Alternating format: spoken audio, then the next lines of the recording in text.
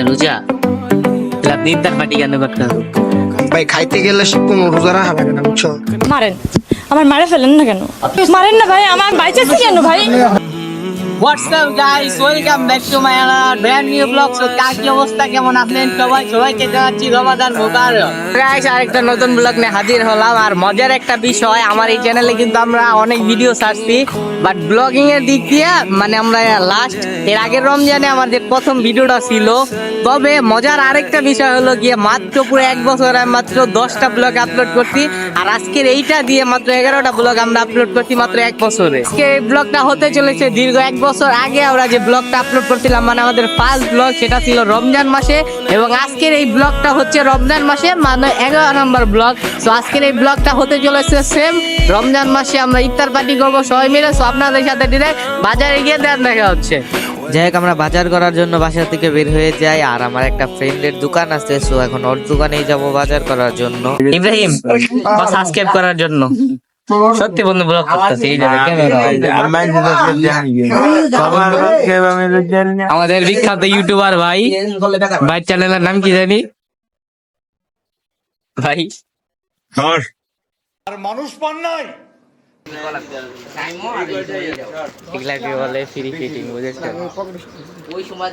ওর দোকানে যাওয়ার পরে ওরা রুটপাট শুরু করে দেয়। আর এই জায়গাতে হামিদুল বাবুর্চি আমাদের, সো ওই জায়গাতে চাল মাপতেছিল। আর এই জায়গাতে আমি আমার কোনো কাজ কাম কিচ্ছু নাই, আমি জাস্ট ভিডিও করতেছিলাম। সো তারপর ওরা জায়গা থেকে ডাইল নিল। বন্ধু আমার ক্যালকুলেটারে কিছু বোঝে না, কোথায় কোথায় তো আমার লাভ লস নেই, আমার লাইফটাই লস। তারপরে এই জায়গাতে আমরা মুরগি কিনতে চলে যাই। আর এটা আমাদের চীনা পরিচিত দোকান ছিল, সো আমরা নিজের এই জায়গাতে সিলেক্ট করতেছিলাম যে কোন মুরগিটা নেওয়া যায়। বড় দেখতে মাত্র একটু বড়, বেশি বড় না। কতটুকু হয়েছে বাবা? যাই হোক, তারপর আমরা বাজার নিয়ে বাসার দিকে চলে যাই। আর আরো অনেক বাজার ছিল, সো ওইটা আগে ওগো দিয়ে পাঠিয়ে দিয়েছি। গাইস কি অবস্থা সবার, কেমন আছো?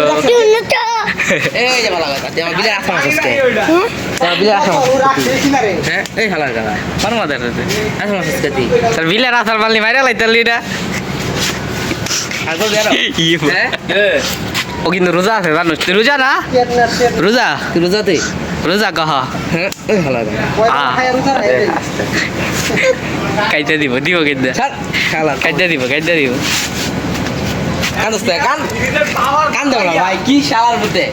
যাই হোক, তারপরে বাসায় এসে ক্যামেরার সামনে একটু আমি শয়তানি করতেছিলাম, কি আর করবো, আমার কোনো কাজ নাই। আর ওরা এই দিক দিয়ে মুরগি কাটাকাটি করতেছিল।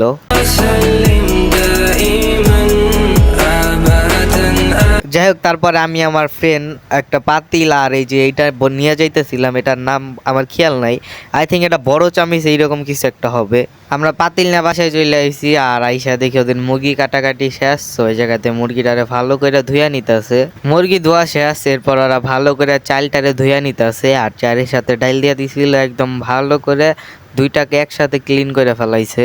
এটা আপনটা ফ্রেন্ডে, যদি কোনো মেয়েরা এই ভিডিওটা দেখে থাকে, অনেক কাজের ছেলে, চাইলে লাইট মারতে পারেন। ওর সাথে কন্ট্যাক্ট করার জন্য সবাই আমার মেসেঞ্জারে নক দিবেন, তারপর আমি আপনাদেরকে বেঁচে বেঁচে তারপর ওর কাছে পাঠিয়ে দেবো, ঠিক আছে? অনেক কাজের ছেলে, এরকম ছেলে হাজারে ঘরে ঘরে প্রত্যেকটা আছে। এরপর আমরা এই জায়গাতে সবাই মিলা রসুন ছিলাইতেছিলাম, কারণ এগুলারে ব্লেন্ডার করা লাগবো। ইনশাআল্লাহ। আপনি বললেন কেন ভাই? এই বন্ধু না, আমাদের রসুন আর পেঁয়াজ ছিলানো শেষ। এই জায়গাতে আমরা একে একে পিস পিস করে নেব, দেন এটারে ব্লেন্ডার করব। আমরা ব্লেন্ডার কইরা নিচে এসে দেখি ওর এই জায়গাতে ওয়ান টাইম প্লেট আর গ্লাস আর এই জায়গাতে শসা আনছে। দেন এই জায়গাতে আমরা পাতিলটারে গরম করি, গরম করার পর এই জায়গাতে আমরা তেলটারে ঢাইলা দিই। আর এই জায়গাতে গিয়ে আমি ভালো করে লাড়তেছিলাম যাতে সব জায়গায় তেলটা পৌঁছে যায়।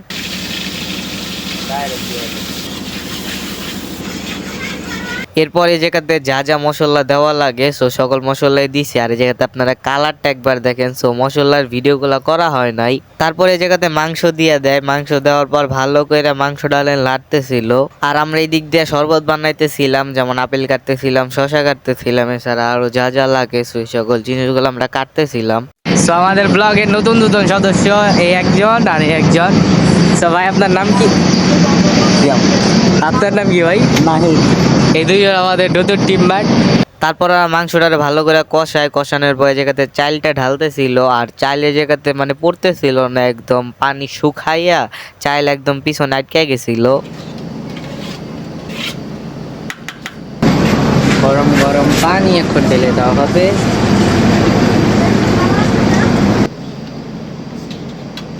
A few moments later.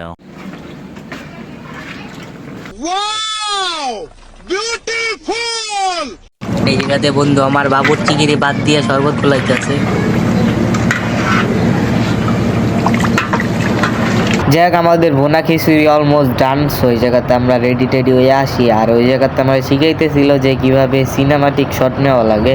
মানে বলতেছিল যে ওয়ান টাইম প্লেটের সামনে থেকে ক্যামেরাটা মানে ধইরা দেন ওদের সকলের চেহারা দেখানোর জন্য। যেহেতু এটাকে মানে বিরিয়ানিগুলোকে অনেক দূরে আমরা নিয়ে যাই খাবো, নিলিবিলি একটা প্লেসে, ওই জায়গাতে পুরো বিরিয়ানির যে ডেকটা আছে সেটারে ভালো করে একটা চাদর দিয়ে মুড়িয়া ফেলায়, যাতে কোনো প্রকার কেউ না বুঝতে পারে যে আমরা বিরিয়ানি নিয়ে যাচ্ছি, বা এভাবে নিলে মানে অনেক কমফোর্টলি ওরা নিতে পারবো। সো তাই এটারে পুরো প্যাকেট করে ফেলাইছে। সো আমরা জায়গাতে বাসা থেকে বের হয়ে গেছি, আর আমার একটা ফ্রেন্ড গেছে রিক্সা আনার জন্য।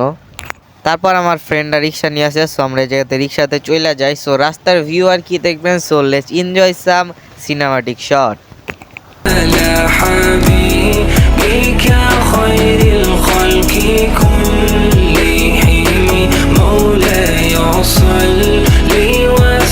যাই হোক, তারপর আমরা নিলয় চলে আসি, আর এটাই আমাদের বাসার আশেপাশের ভিতরে ফাঁকা কোনো একটা প্লেস, যে জায়গাতে কিনা ম্যাক্সিমাম মানুষ ইফতার করে। তবে আমরা যে প্লেসটা সিলেক্ট করছিলাম, সো ওই প্লেসে আগের থেকে আরেকটা স্কট বসে ছিল।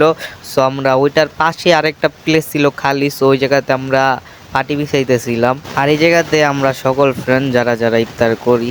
সো এরপরে হামিদুল এই জায়গাতে বাবুর চিংড়ি বাদ দিয়া নকিদার হয়ে যায়। সো এই জায়গাতেও আমাদের বিরিয়ানি দিতেছিল, আর আলহামদুলিল্লাহ সারাদিন পর এখন আজান দিল। সো বিরিয়ানিটা খাইলাম, বিরিয়ানি নাই ভুনা খিচুড়ি, আমার মুখ দিয়ে খালি বিরিয়ানিটা বের হয়ে যেতেছে। তো আলহামদুলিল্লাহ অনেক মজা হয়েছিল।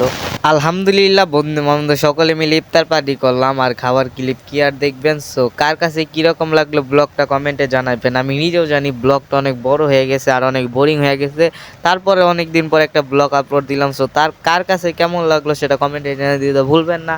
দেখাবেন নেক্সট ভিডিওতে। ভালো থাকবেন, সুস্থ থাকবেন, আল্লাহ হাফেজ।